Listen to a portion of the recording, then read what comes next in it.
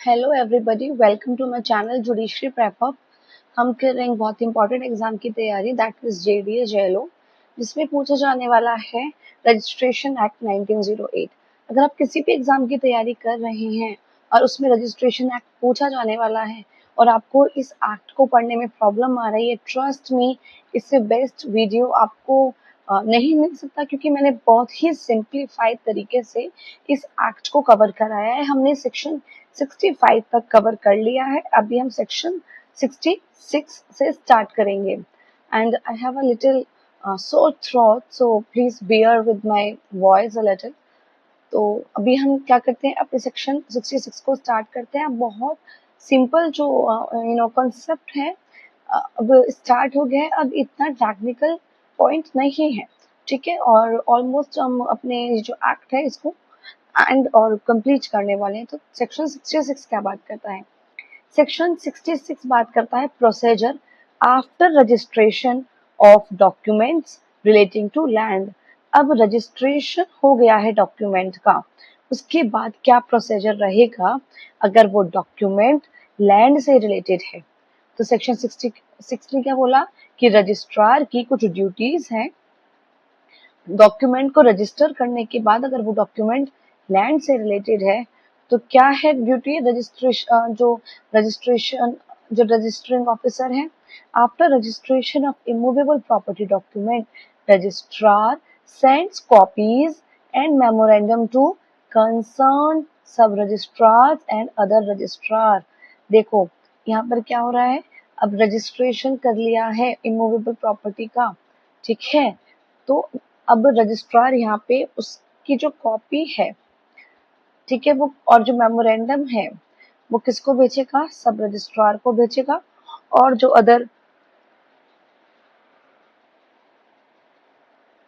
Other registrars हैं उनको भेजेगा, ठीक है। तो मेमोरेंडम सब रजिस्ट्रार को भेजा जाएगा जो उसी डिस्ट्रिक्ट के अंदर है, ठीक है। सेम डिस्ट्रिक्ट के अंदर जो सब रजिस्ट्रार होंगे उनको रजिस्ट्रार कॉपी भेजेगा, ठीक है। उसके बाद कॉपी सेंड की जाएगी, जो अदर डिस्ट्रिक्ट के रजिस्ट्रार्स होंगे उनको भी भेजी जाएगी। मैप और प्लान जो है वो भी भेजे जाएंगे अगर अटैच किए गए हैं साथ में तो। और जितने भी रिकॉर्ड्स, जो भी रिकॉर्ड्स फाइल किए हैं बुक नंबर 1 में, ठीक है, वो भी भेजे जाएंगे। और सब रजिस्ट्रार क्या फाइल करेगा? मेमोरेंडम इन बुक नंबर 1, और फिर सब रजिस्ट्रार क्या करेगा? उसे फाइल कर देगा, ठीक है, बुक नंबर 1 में। तो सेक्शन 66 किससे? देखो यहाँ पे जो लिखा है ना, book number 1, basically book number 1 related होता है नॉन टेस्टामेंट्री डॉक्यूमेंट्स, जो कि रिलेटेड होते हैं इमूवेबल प्रॉपर्टी से, ठीक है। अब हमारा सेक्शन 66 कब अप्लाई होता है? तो डॉक्यूमेंट जो रजिस्ट्रेशन किया है जिस डॉक्यूमेंट का, वो लैंड से रिलेटेड हो, ठीक है। और रजिस्ट्रार किसको कॉपी भेजता है? रजिस्ट्रार सब रजिस्ट्रार को भेजता है, और अदर रजिस्ट्रार्स हैं तो उनको भेजता है। फिर ई है of the controlling power of the registrar and inspector general. अब यहाँ पर ये क्यों, अब कुछ नॉर्मल ये सेक्शन स्टार्ट होंगे कि रजिस्ट्रार की क्या पावर होती है, या जो इंस्पेक्टर जनरल होती है उसकी क्या पावर होती है। सेक्शन 68 में बात की गई है पावर ऑफ रजिस्ट्रार ओवर सब रजिस्ट्रार, ठीक है। अब जो रजिस्ट्रार की जो क्या पावर होती है सब रजिस्ट्रार पर, सब रजिस्ट्रार के ऊपर, देखिए, तो सब रजिस्ट्रार जो रजिस्ट्रार हैं has supervision and control over सब रजिस्ट्रार। रजिस्ट्रार जो होते हैं, जो उनके अधीन सब रजिस्ट्रार होते हैं, उन पर नियंत्रण रखते हैं, ठीक है। रजिस्ट्रार क्या कर रहे हैं? सुपरविजन रख रहे हैं और कंट्रोल रख रहे हैं सब रजिस्ट्रार के ऊपर। फिर सब रजिस्ट्रार किसके वर्क, जो सब रजिस्ट्रार वर्क करते हैं वो किसके अंडर करते हैं? रजिस्ट्रार के अंडर करते हैं। Registrar can issue order, registrar क्या कर सकते हैं? आदेश दे सकते हैं सब रजिस्ट्रार को। कैन करेक्ट एरर्स, गलतियों में सुधार भी कर सकते हैं रजिस्ट्रार। अगर कोई गलती हुई है डॉक्यूमेंट में किसी में सब रजिस्ट्रार से, तो रजिस्ट्रार उसको करेक्ट भी कर सकते हैं। और क्या कर सकते हैं registrar? Registrar can supervise registration work, ठीक है, और वो निगरानी भी रख सकते हैं। तो सेक्शन 68 किससे रिलेटेड है? सेक्शन 68 बात करता है कि जो सब रजिस्ट्रार होंगे वो अंडर कंट्रोल ऑफ किसके होंगे, रजिस्ट्रार। और रजिस्ट्रार क्या कर सकता है, registrar can issue orders and correct errors. तो ये section 69 power of inspector general. अब इंस्पेक्टर जनरल की क्या पावर है, तो देखिए ये रूल, एक तो ये जो इंस्पेक्टर जनरल है ये एक रूल मेकिंग अथॉरिटी है। तो inspector general has superintendence over all registration office. जितने भी रजिस्ट्रेशन ऑफिस होते हैं, जितने भी रजिस्ट्रेशन कार्यालय होते हैं, इंस्पेक्टर जनरल सभी रजिस्ट्रेशन कार्यालय पर नियंत्रण रखता है। एंड कैन मेक रूल्स, ये बात आप याद रखना, और वो नियम बनाता है। ठीक है, तो इसके कुछ की पॉइंट्स हैं।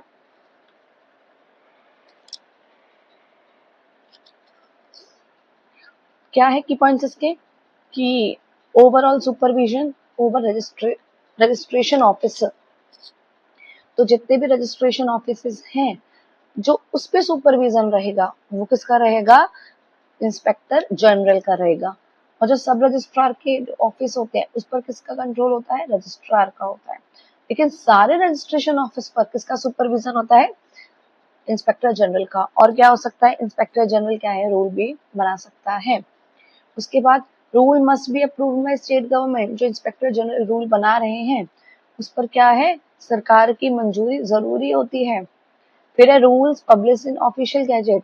जो ये इंस्पेक्टर जनरल रूल्स बनाते हैं इसको क्या है, गैजेट में प्रकाशित करना जरूरी है। ठीक है, ऑफिशियल गैजेट में पब्लिश करना जरूरी है उन रूल्स को।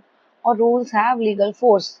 और जो रूल्स हैं ये जो इनका कैसा प्रभाव रहेगा, जैसे कानून जैसा प्रभाव रहेगा इन रूल्स का।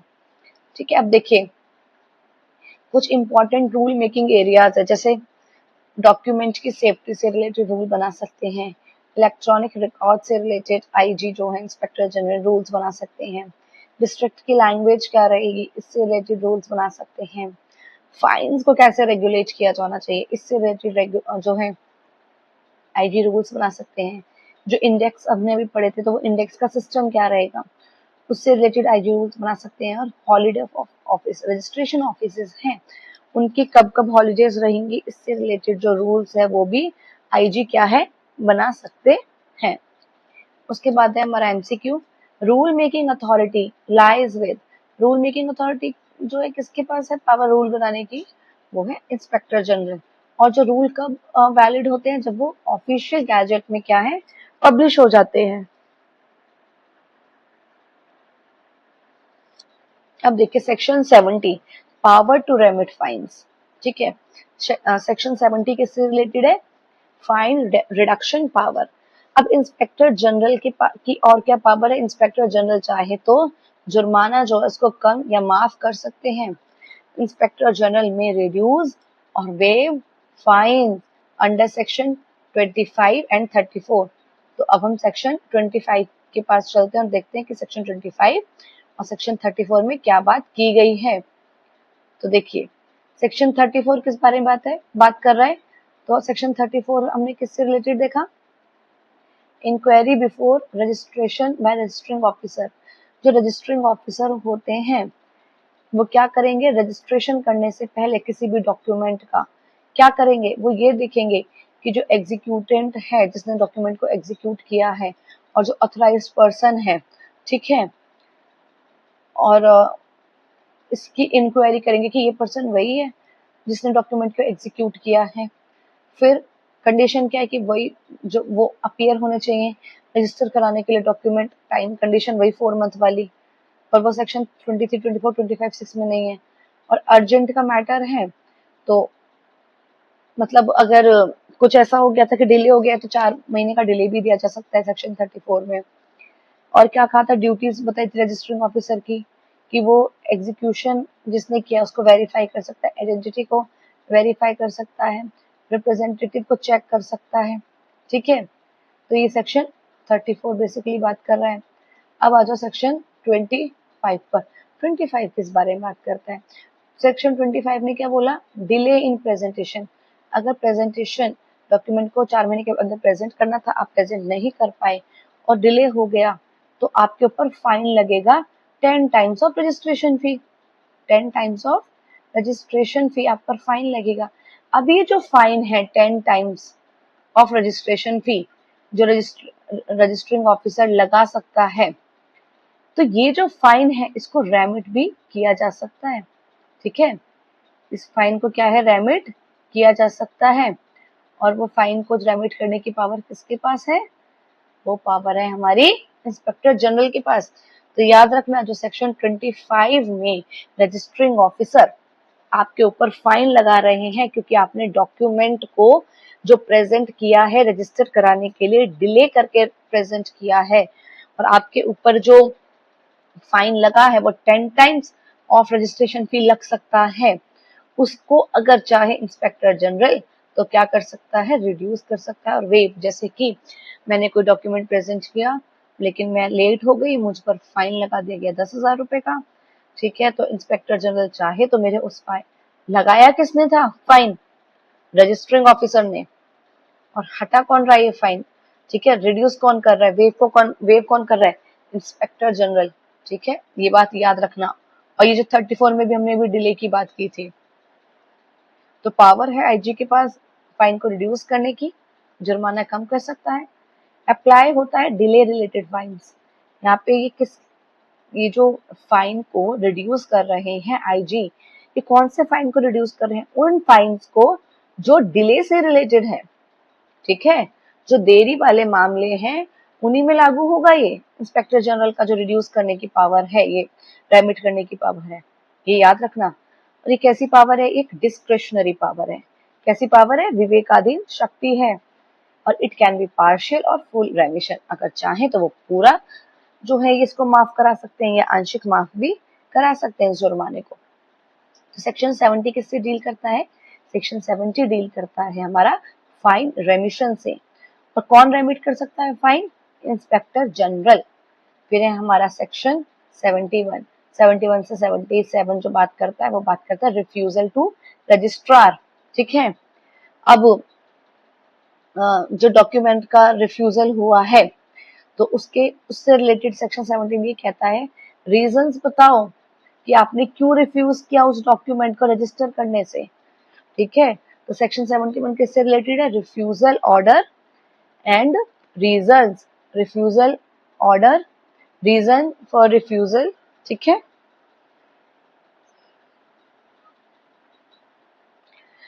If sub registrar refuses registration, he must record reason in book number 2 and endorse registration refuse। एक बात बताओ, जिस बच्चे ने मेरी इससे सारी पहले की वीडियोस देख रखी हैं, जैसे यहाँ पे लिखा है बुक नंबर 2, तो आपको याद आ गया होगा कि बुक नंबर 2 किससे रिलेटेड है। यहाँ पर वर्ड लिखा है एंडोर्समेंट, ठीक है। तो अभी आपको याद आ गया होगा कि यहाँ पर एंडोर्स रजिस्ट्रेशन रिफ्यूज का मतलब क्या है। जितने भी स्टूडेंट फर्स्ट टाइम वीडियो देख रहे हैं, इससे पहले की जो मैंने सीरीज बनाई है सेक्शन 68 तक मैंने ऑलरेडी जो आपको सेक्शन कवर करा दिए हैं, सेक्शन 65 तक, उसको आप जरूर देखना, उन वीडियोस को जरूर देखना, और फिर आपको समझ आएगा इस वीडियो में जो आपको मैं सेक्शंस करा रही हूँ। एक्चुअली जो बुक नंबर 2 है उसमें वो डिटेल्स लिखी जाती है बुक नंबर 2 में, जब रजिस्ट्रेशन करने से रिफ्यूज कर दिया जाता है कोई रीजन की वजह से। जैसे रीजन ये है कि जो एग्जीक्यूटेंट है या फिर एग्जीक्यूटेंट ने डिनाई कर दिया कि उसने ये डॉक्यूमेंट को एग्जीक्यूट ही नहीं किया है, तब क्या किया जा सकता है, फिर तब किया जा सकता है उस डॉक्यूमेंट को क्या किया जा सकता है, रजिस्टर करने से रिफ्यूज किया जा सकता है। तो ये सारी डिटेल किसमें लिखी जाती है, बुक नंबर 2 में। तो ये सेक्शन ये कह रहा है कि जो सब रजिस्ट्रार अगर रिफ्यूज कर देता है रजिस्ट्रेशन, तो उसको क्या करना पड़ेगा, अपना जो रीजन है कि उसने रिकॉर्ड नहीं किया उसको बुक नंबर 2 में रिकॉर्ड करना पड़ेगा और एंडोर्स करना पड़ेगा। मतलब कि उस डॉक्यूमेंट पे एंडोर्स करने का मतलब क्या है कि साइन करेगा और डेट लिख देगा कि हाँ रजिस्ट्रेशन रिफ्यूज्ड, एंडोर्स करेगा रजिस्ट्रेशन रिफ्यूज। देखो चाहे तो ये वर्ड भी हो सकता था ना, एंड रजिस्ट्रेशन रिफ्यूज, लेकिन यहाँ पे वर्ड क्या है, एंडोर्स रजिस्ट्रेशन रिफ्यूज। मतलब डॉक्यूमेंट पे जब वो लिखेंगे रजिस्ट्रेशन रिफ्यूज तो उसको एंडोर्स करेंगे, मतलब साथ में फिर साइन करके डेट लिख देंगे, ठीक है। इसका मतलब होता है एंडोर्समेंट। अब देखिए रिफ्यूजल को जो मस्ट बी रिकॉर्डेड, ठीक है, मना करने का कारण क्या है, दर्ज करना होगा। रीजन किस में लिखे जाएंगे, बुक नंबर 2 में लिखे जाएंगे। एंडोर्समेंट रजिस्ट्रेशन, जो एंडोर्समेंट जो रजिस्ट्रेशन रिफ्यूज, तो ये जो रजिस्ट्रेशन रिफ्यूज है इसका एंडोर्समेंट करना पड़ेगा, दस्तावेज पर अस्वीकृति जो है लिखी जाएगी। ठीक है, उसके बाद copy of reasons must be given on request, और कॉपी जो है आप अगर वो रिक्वेस्ट कर रही है पार्टी की, जो आपने रिफ्यूज किया है डॉक्यूमेंट को रजिस्टर करने के लिए, आप मुझे इसकी कॉपी दे दीजिए। तो जो कॉपी ऑफ रीजन है कि इस वजह से हमने रिफ्यूज किया है आपका डॉक्यूमेंट रजिस्टर करने से, कि एग्जीक्यूटेंट ने खुद ही डिनाई कर दिया कि ये डॉक्यूमेंट उसने एग्जीक्यूट नहीं किया, तो ये जो पूरा रीजन है, ठीक है, इसकी कॉपी फिर प्रोवाइड की जाएगी। No registration unless directed otherwise, और बिना आदेश पंजीकरण फिर नहीं हो सकता। एक बार रजिस्ट्रेशन रिफ्यूज हो गया है तो जब तक रजिस्ट्रेशन नहीं होगा, जब तक कि क्या है, आदेश ना दे दिया जाए। तो सेक्शन 71 जो रिफ्यूजल है, रिफ्यूजल रीजन है, उसको किस में रिकॉर्ड किया जाता है, बुक नंबर 2 में। और ये बात सिर्फ हमने सेक्शन 71 में नहीं पढ़ी, ये हमने एक और सेक्शन में पढ़ी है। आप मुझे कमेंट बॉक्स में जरूर बताना कि हमने किस सेक्शन में बुक नंबर 2 को भी डील किया था। On refusal document is marked as, जब रिफ्यूज किया जाता है रजिस्ट्रेशन तो फिर डॉक्यूमेंट पे क्या लिखा जाता है, रजिस्ट्रेशन रिफ्यूज्ड। अब देखिए हमारा हो जाता है important point start, appeal to registrar. अब देखिए ये 72 किससे रिलेटेड है, अपील मैकेनिज्म से रिलेटेड। देखिए ये सेक्शन 2 क्या कहता है, 72 ये कहता है appeal lies to registrar against refusal by sub registrar except denial of execution. तो देखिए सब रजिस्ट्रार की जो सब रजिस्ट्रार ने अगर डॉक्यूमेंट को रजिस्टर करने से मना कर दिया है, रिफ्यूज कर दिया है रजिस्ट्रेशन, इस ऑर्डर की अपील लेकर आप कहाँ जाएंगे, इस ऑर्डर की अपील लेकर आप जाएंगे रजिस्ट्रार के पास। देखिए रजिस्ट्रार जी, इन्होंने सब रजिस्ट्रार ने मेरे डॉक्यूमेंट को रजिस्टर करने से रिफ्यूज कर दिया, ठीक है, लेकिन एक बात याद रखना, जो डिनायल की वजह से, जो एग्जीक्यूशन को डिनाई करने की वजह से अगर आपका डॉक्यूमेंट जो है रजिस्टर नहीं किया गया, रिफ्यूज किया गया, उसकी अपील नहीं हो सकती। एग्जाम्पल समझिए, जैसे कोई डॉक्यूमेंट है उसको एग्जीक्यूट किया है ए ने, ठीक है, अब उस डॉक्यूमेंट का होता है रजिस्ट्रेशन। तो हमने पढ़ा था ना कि जब रजिस्ट्रेशन होता है किसी डॉक्यूमेंट का, तो जो रजिस्टरिंग ऑफिसर्स होते हैं उनके पास पावर होती है इंक्वायरी करने की, ठीक है, डायरेक्ट रजिस्ट्रेशन नहीं होगा, इंक्वायरी होगी कि जिस बंदे ने इस डॉक्यूमेंट को एग्जीक्यूट किया है, क्या ये वही पर्सन है जो लेकर आया एग्जीक्यूट कराने के लिए। तो जब पर्सन उसमें लिखा होता है कि एग्जीक्यूट बाय ए, रजिस्टरिंग ऑफिसर ए से पूछते हैं कि क्या ये डॉक्यूमेंट आपने रजिस्टर किया है, हम इसको, ये जो डॉक्यूमेंट आपने ही एग्जीक्यूट किया है, हम ये हमारे पास डॉक्यूमेंट आया रजिस्ट्रेशन कराने के लिए। एक कहता है नहीं, मैंने इस डॉक्यूमेंट को एग्जीक्यूट नहीं किया। अब क्या होगा, ऐसे में जो सब रजिस्ट्रार है वो तो जो डॉक्यूमेंट है उसको रजिस्ट्रेशन करने से रिफ्यूज करेगा ही ना। तो यहाँ पर जो डिनायल हुआ है रजिस्ट्रेशन करने का, वो एग्जीक्यूशन का जो डिनायल है उसकी वजह से रजिस्ट्रेशन रिफ्यूज हुआ है।